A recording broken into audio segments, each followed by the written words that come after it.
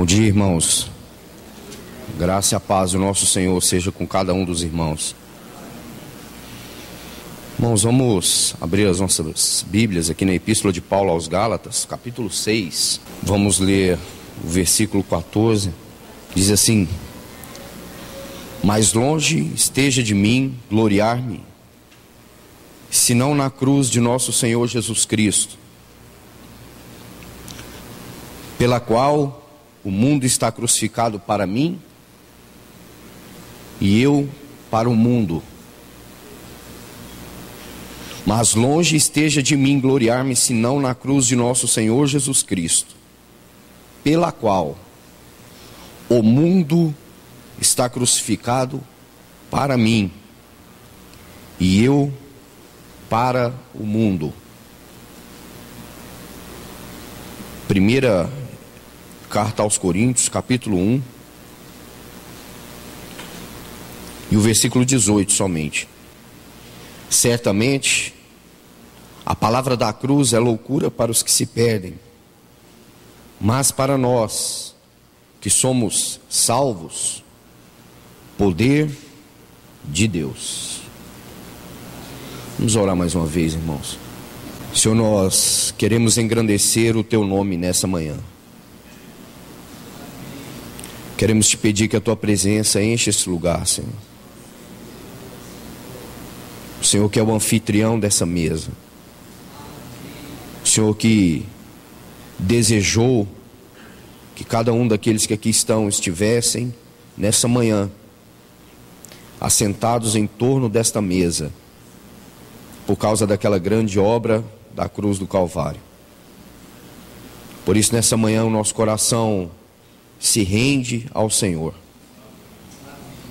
Nosso coração se alegra na Tua presença, Senhor, porque o Senhor nos salvou e nos amou. Nós Te louvamos, engrandecidos por Tua grande obra, Senhor, no nome de Jesus. Amém, Senhor.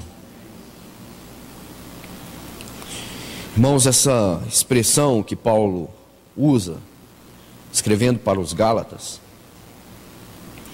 diz que a sua glória estava não posta em outro lugar, senão na cruz do Senhor. Quando ele vai escrever para os Filipenses, ele diz que ele se conformava, conformando-me com ele na sua morte. E olhando para esse texto, irmãos, é muito difícil entender como que, voltando para o cenário do Calvário, voltando para aquela hora terrível do nosso Senhor, pode alguém encontrar ali fonte de alegria, fonte de satisfação, fonte de gozo espiritual. Porque aquela hora foi a hora mais terrível de que se tem notícia desde a fundação do mundo.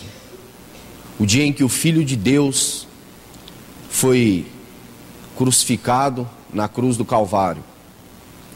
O dia em que ele foi zombado.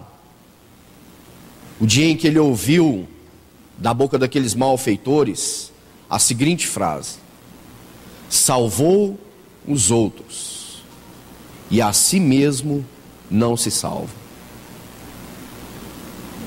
Ele salvou aqueles que por ele, por este sangue, se achegam a Deus, mas a si mesmo ele não se salvou. Foi quando ele ouviu da boca daqueles homens: se és o Filho de Deus, desce da cruz. E ele não desceu da cruz. E Paulo diz que esta cruz para ele era um sinal, era um estandarte, um emblema, porque ele diz que por esta cruz o mundo estaria crucificado para ele e ele para o mundo. Porque no versículo a seguir, no 15, ele diz que nem a circuncisão é coisa alguma e nem mesmo a incircuncisão, mas o ser nova criatura. Porque esses Gálatas estavam fascinados, enfeitiçados em obedecer a obra ou as leis, em seguir a lei de Deus.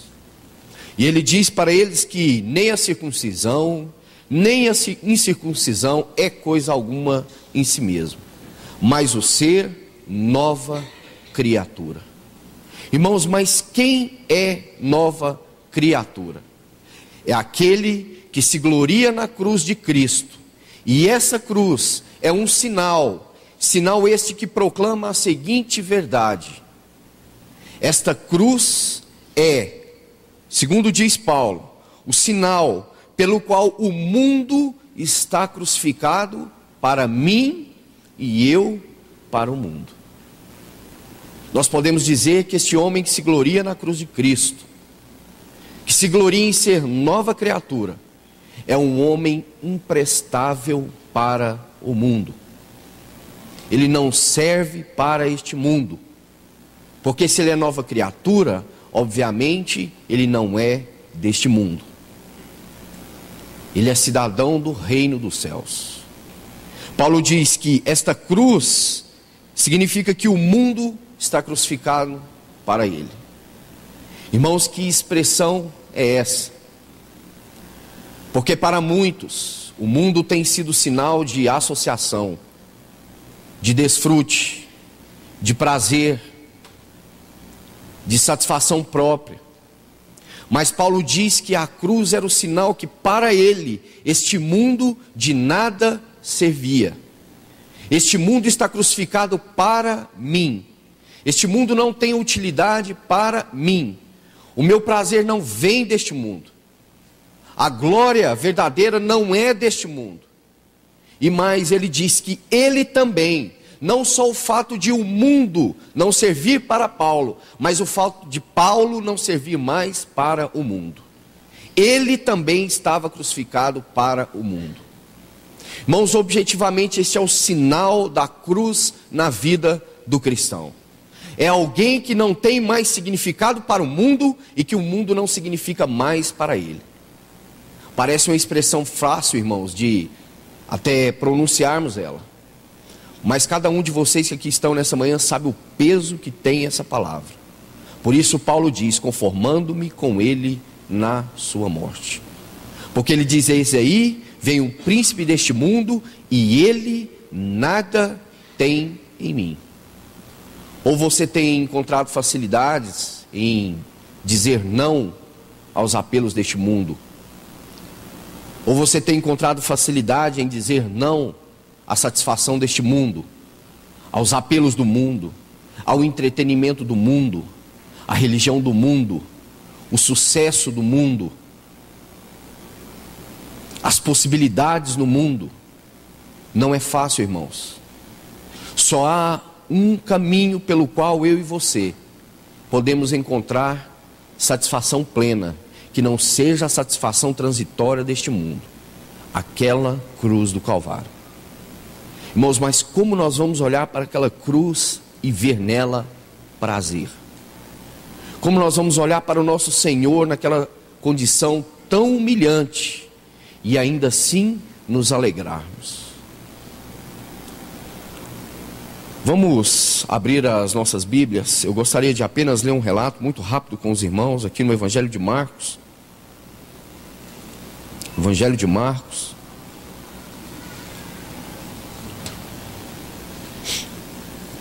Capítulo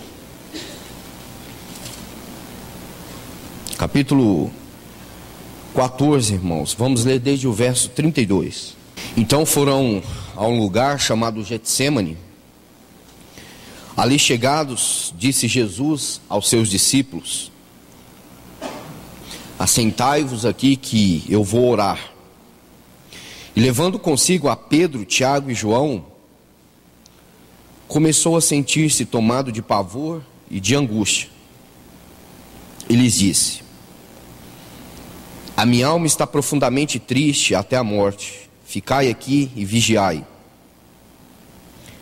E adiantando-se um pouco, prostrou-se em terra e orava para que, se possível, lhe fosse poupada aquela hora, e dizia: Abba, Pai, tudo te é possível.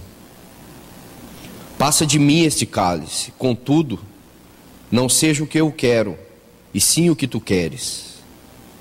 Voltando, achou-os dormindo e disse a Pedro: Simão, tu dormes? Não pudestes vigiar nem uma hora? Vigiai e orai, para que não entreis em tentação. O espírito, na verdade, está pronto, mas a carne é fraca. Retirando-se de novo, orou repetindo as mesmas palavras. Voltando, achou-os outra vez dormindo, porque os seus olhos estavam pesados, e não sabiam o que lhe responder. E veio pela terceira vez e disse-lhes: Ainda dormis e repousais? Basta, chegou a hora. O Filho do Homem está sendo entregue nas mãos dos pecadores. Levantai-vos, vamos, eis que o traidor se aproxima. A pergunta que o Senhor vai responder logo em seguida, você se lembra que quando o homem caiu, Deus fez uma pergunta para Adão: Adão, onde estás? Logo a seguir dessas palavras, que daqui a pouco vamos examiná-las um pouco, diz que a guarda romana chegou de frente ao Senhor e ele disse para eles: A quem procurais? E eles disseram: A Jesus, o Nazareno. E ele disse: Sou eu, eis-me aqui. Aquela pergunta que Adão não respondeu, porque ele fugia da presença de Deus. O Senhor, estando em agonia, diz para aquela guarda: Sou eu, eis-me aqui. Irmãos, quando nós olhamos para este cenário, Lucas vai nos ajudar com alguns detalhes, por causa da sua visão como médico, como historiador e pesquisador. Ele diz que era costume do Senhor se retirar para orar. E diz que o Senhor tinha entrado naquele jardim. E quando o Senhor se pôs a orar, ele levou consigo seus discípulos, Pedro, Tiago e João, porque ele queria um companheiro ou companheiros para aquela terrível hora. Mas nós sabemos pela leitura de que eles dormiram, e Marcos diz que eles dormiram, e o versículo 40 diz que na segunda vez que o Senhor volta para eles, achou outra vez dormindo, porque os seus olhos estavam pesados, e eles não sabiam o que responder. Lucas vai dizer que esse sono que abateu os discípulos não era um sono de cansaço, irmãos. Era um sono de tristeza. Lucas diz isso, que eles dormiram tomados de uma profunda tristeza. Alguns estudiosos da área da medicina dizem que quando nós entramos numa cena de pavor, mas não de um pavor do qual você pode entrar e sair, mas de um pavor pertinente, que está diante da sua frente, nós somos anestesiados por um sono que toma todo o nosso ser, como uma reação de não poder reagir, como uma reação de não ter respostas, como uma reação de não conseguir como que ficar de pé. Porque diz o texto que o nosso Senhor, ele se lançava ao chão, porque era normal um judeu orar de pé, salvaguarda, quando a sua miséria era muita e ele reconhecia ela, ele se prostrava com seu rosto em terra.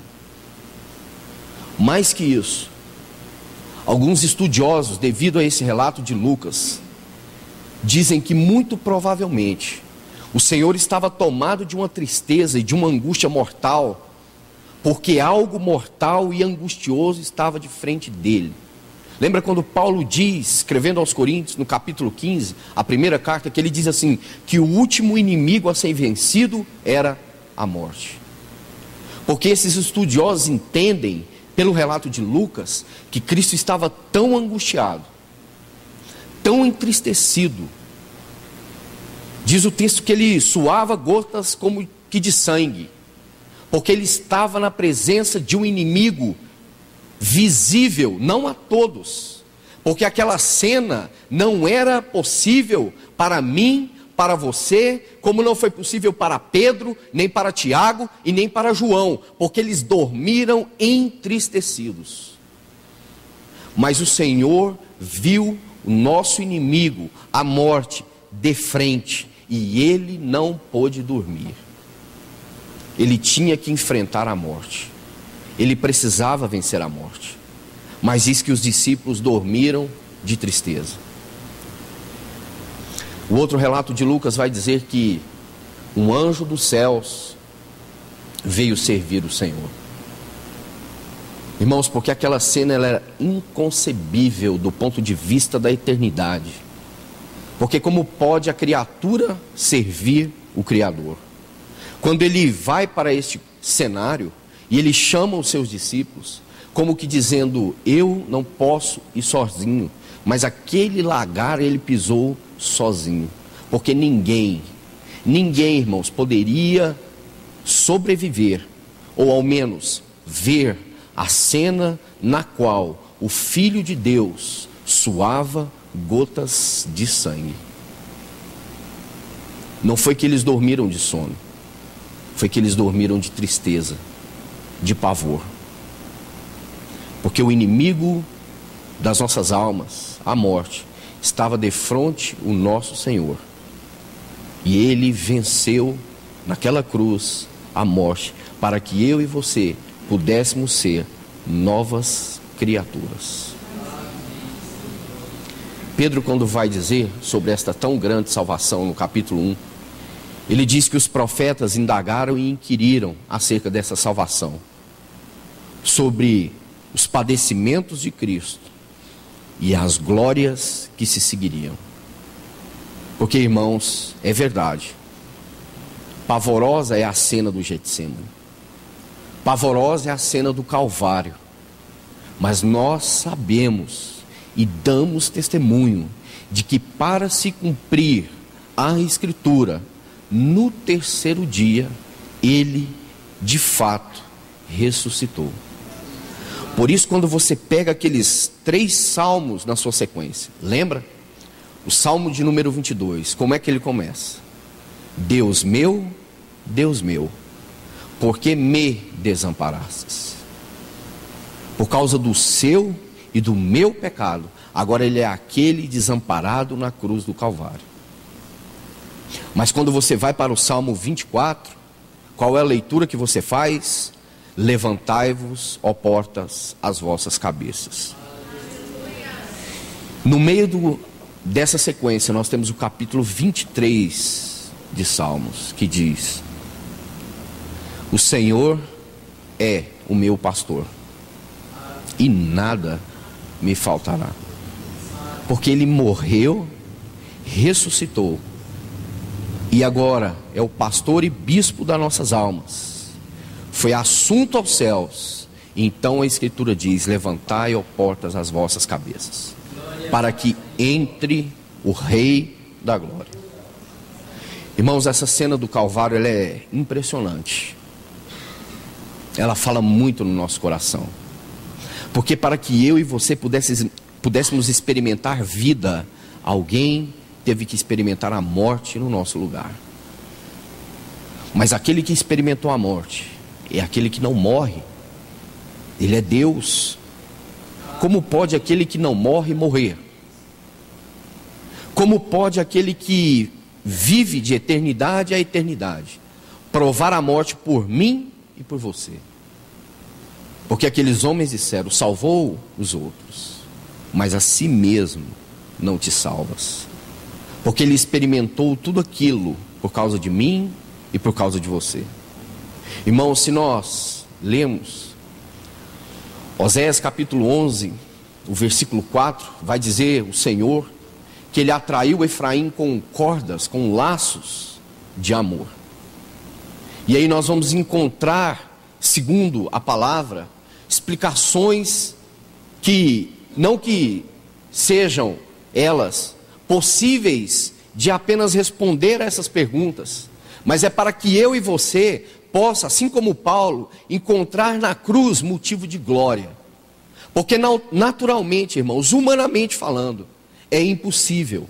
Porque Paulo diz que a mensagem da cruz é loucura para os que se perdem, mas para nós, os salvos, é o poder de Deus. Porque naquela cruz, nós olhamos para ela e ficamos atônitos, ficamos perplexos com essa cena do Getsêmani, mas para nós que fomos salvos, é o poder de Deus. Foi ali que Deus nos salvou, foi ali que Deus nos reconciliou, aonde a morte, o inferno e o diabo encontraram, talvez momentaneamente, motivo de zombaria, ou de até achar que pudessem ter matado o Rei da Glória. Eu e você encontramos um lugar de vida espiritual. Naquela cruz nós podemos dizer: o mundo está crucificado para mim e eu para o mundo. De fato que agora nós não podemos mais servir o mundo como escravos, porque Ele nos libertou para andarmos em novidade de vida e sermos escravos unicamente do nosso Senhor e não do mundo. Então Oséias vai dizer que o Senhor atraiu Efraim com cordas de amor. Irmãos, essa expressão ela é muito curiosa, porque quando nós vamos para a Bíblia e tentamos meditar um pouco sobre isso, e talvez daí vamos encontrar então esse motivo de alegria, nós vamos vendo que esses laços eles vão saindo de uma esfera maior para uma esfera intermediária e depois para uma esfera final e muito menor. Abra sua Bíblia comigo no Evangelho de João, capítulo 3 e o versículo 16. Eu sei que todos os irmãos aqui, desde a escolinha dominical, lá quando bem pequenininhos éramos, fomos todos ensinados, né, irmãos, a decorarmos este versículo. Até ímpios recitam este versículo, né? Diz assim: porque Deus amou o mundo.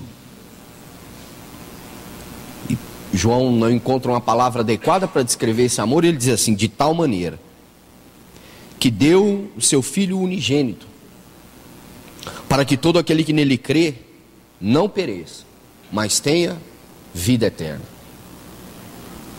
João diz que Deus amou o mundo, e essa é uma corda bem grande. Não significa, irmãos, que o mundo todo será salvo. Aquele que confessar o Senhor com a sua boca e crer no seu coração e não duvidar, este será salvo. Aquele que é lavado e remido pelo sangue do Cordeiro. Mas diz que Deus amou o mundo de tal maneira que deu um caminho pelo qual o mundo, se possível, quisesse se reconciliar com o Senhor. Mas nós sabemos que no mundo todo não irá se reconciliar com o Senhor, porque há aqueles que são rebeldes, desobedientes e merecerão o justo juízo de Deus. Mas diz que Deus, por ter amado, deu o seu Filho, para que todo aquele que nele crê, não todo aquele que vive no mundo, mas é todo aquele que nele crê, não pereça, mas tenha vida eterna. Irmãos, e era muito bom, né, decorar esse texto, e nós dizíamos isso a plenos pulmões. Deus amou o mundo de tal maneira que deu o seu Filho unigênito, para que todo aquele que nele crê, não pereça, mas tenha a vida eterna. Ah, irmãos, e se nós tivéssemos só esse versículo, só ele, nós estaríamos satisfeitos.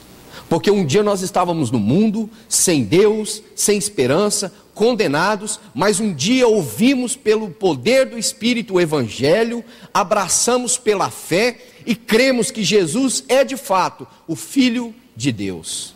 Você se lembra que na cruz, naquele cenário, nenhum barulho é ouvido, a não ser a voz daquele soldado romano. Quando ele vê o céu se escurecer, a terra se fender, ele diz assim: este de fato é o Filho de Deus. Irmãos, e se nós tivéssemos então só esse versículo, nós estaríamos tão satisfeitos. Deus amou o mundo, e pela sua misericórdia nós cremos que Jesus é o Filho de Deus. E agora nós temos vida eterna com Deus. mas os laços se apertam. E quando nós chegamos aqui na epístola de Paulo aos Efésios, capítulo 5, 5:25, a parte A diz: maridos, amai vossa mulher, como também Cristo amou a igreja. Deus amou o mundo e deu o seu Filho unigênito. E Cristo amou a igreja. Esse é um laço intermediário. Agora não é mais o mundo, mas é a igreja. Porque do mundo ele escolheu alguns e tem permitido que muitos creem nesse evangelho. Porque esse evangelho será pregado em testemunho às nações e então virá o fim. Mas diz que Cristo amou a igreja e a si mesmo se entregou por ela. Aleluias, não somos mais do mundo. E o Senhor amou a igreja. E nós somos a igreja, irmãos, pense nisso. Cristo amou a igreja e a si mesmo se entregou por ela. Mas irmãos, imagine você, Deus amou o mundo, e é muita coisa. Cristo amou a igreja, e é muita coisa. Porque a igreja é constituída de todos aqueles que creram no nome do Senhor e agora são membros do único corpo de Cristo, do qual Jesus, o Jesus de Nazaré, é o cabeça, assentado à destra de Deus, e nós somos o seu corpo nesta terra, membros individualmente deste corpo. Não é um corpo pequeno, irmãos, ele está espalhado por toda a terra, constituído de povos, tribos, línguas e nações. Mas Cristo amou a igreja e a si mesmo se entregou por ela. Ó irmãos, nós cremos que de fato nós somos a igreja do Senhor, e que de fato o Senhor amou a sua igreja e se entregou por ela, e damos graças a Deus, porque Ele amou a sua noiva e deu a sua vida por ela, se entregou por ela. E aí nós já demos um salto em relação a João 3,16. Irmãos, mas há um outro versículo na Escritura, aqui na epístola de Paulo aos Gálatas mesmos, onde nós estávamos lendo um pouquinho atrás, no capítulo 2, que eu penso que, não que nós não devamos decorar João 3,16, e nem Efésios 5:25, mas também precisamos decorar Gálatas 2:20. O que diz esse texto? Logo já não sou eu quem vive, mas Cristo vive em mim. E esse viver que agora tenho na carne, vivo pela fé no Filho de Deus, que me amou. Me é um pronome pessoal. Me amou não se refere mais ao mundo, e nem se refere mais à igreja, como amplamente dizendo, mas se refere a algo pessoal. Irmãos, quando você lê esses textos, sabe qual a convicção que vem na nossa mente? Que se você, que se eu, fôssemos os únicos seres humanos nessa terra, ainda assim, Ele viria por nós. Se você fosse o único ser habitando essa terra, Ele viria por você. Se fosse eu o único, Ele viria por mim. Paulo diz que Ele me amou. Irmãos, a corda agora não é aquela grandona do mundo, e nem aquela intermediária da igreja, mas agora é uma corda pessoal. Ele te amou. Esse me se refere a Paulo, se refere a você, se refere a mim. É como se Ele, pelo seu amor e pela sua misericórdia, como diz Ele ao profeta, antes que te formasse no ventre da tua mãe, eu te conheci e te chamei pelo nome, a substância ainda informe. Paulo diz, Ele me amou. Ele te amou. Irmãos, Ele viria, ainda que fosse por um, Ele viria. Irmãos, ele veio para o mundo. Ele veio para que o mundo cresça, mas o mundo não creu. Ele também se deu pela sua igreja, mas ele se deu especialmente para você. Ele se revela para você. Ele te ama. E ele veio por você. E agora essa corda é uma corda muito pequenininha, irmãos. Agora nós não olhamos mais para a multidão, nós olhamos para o Senhor. Como se ele olhasse dentro dos nossos olhos. Como foi para com Pedro naquele dia que Pedro o traiu. Como que dizendo: você está me abandonando, Pedro, mas eu jamais te deixarei. É isso que Paulo diz, ele me amou. Irmãos, você pode, creio eu, colocar o seu nome aqui nesse me e saber que o Senhor te amou do jeito que você estava, como vimos na semana passada, totalmente vendido à escravidão do pecado. Ele não te amou porque você era melhor, nem porque você merecia, porque você era inimigo e porque você não merecia outra coisa senão a condenação justa sobre o pecado. Mas ele nos amou e tomou sobre si as nossas dores e as nossas enfermidades. E Isaías vai dizer assim: agradou ao Pai moê-lo. Uma outra expressão, irmãos, que nós não temos condições de entender. O Pai agradou moê-lo por causa de nós. Irmãos, que nesta manhã o Senhor venha prevalecer sobre nós. Venha nos fazer refletir que o Senhor tem desejo de que muitos creiam, de que Ele se entregou pela sua igreja, mas que especialmente Ele amou a cada um de nós que está aqui nessa manhã. Como Paulo diz, conformando-me com Ele na sua morte, para o encontrar, para ser achado nele. Há um irmão do passado, eu queria ler esse texto para vocês, para que a gente pudesse partir o pão juntos. C.A. Fox, ele foi muito novo ainda, aos 55 anos de idade, acometido de um câncer, e esse câncer foi na sua face. E isso provocou uma laceração muito profunda na face dele. E é interessante ver como que aquela marca na face de C.A. Fox o ajudou a se identificar com as marcas no rosto ferido do nosso Senhor. Então, quando este câncer já estava muito adiantado e não havia mais para ele recurso, ele estava realmente entrando na morte física, ele escreveu um hino, e ele deixou esse hino para que, de algum modo, todos aqueles que não só pela enfermidade, mas por dizer não ao mundo, e por não servir ao mundo, têm se identificado com a morte do nosso Senhor. Porque alguns, irmãos, nós sabemos, experimentam isso na carne.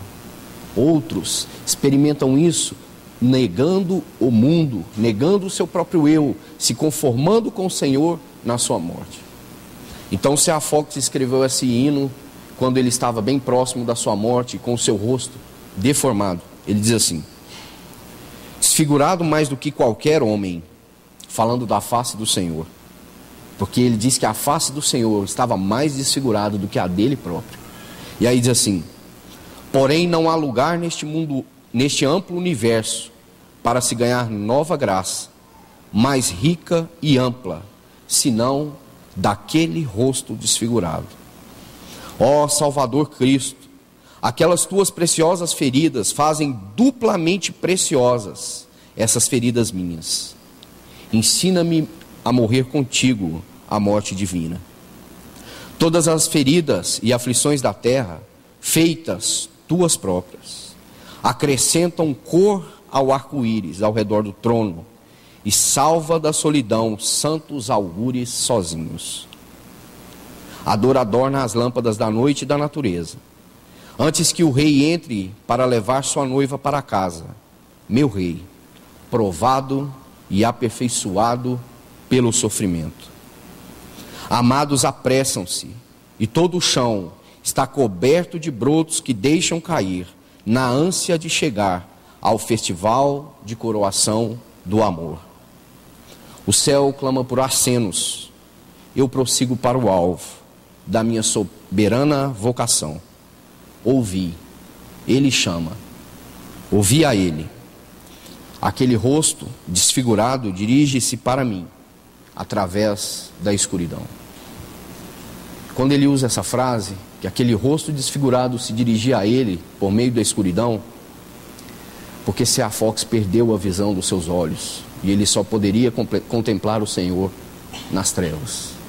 E ele diz assim, que nas trevas, aquele rosto desfigurado chamava ele, vinha até ele. Irmãos, nós estamos na luz. Que nessa manhã o Senhor possa brilhar a sua face no nosso coração, para que nós possamos louvar o Senhor como é devido. Graças ao Senhor, irmãos. Os irmãos têm liberdade de orar e adorar o Senhor. Amém? Deus abençoe.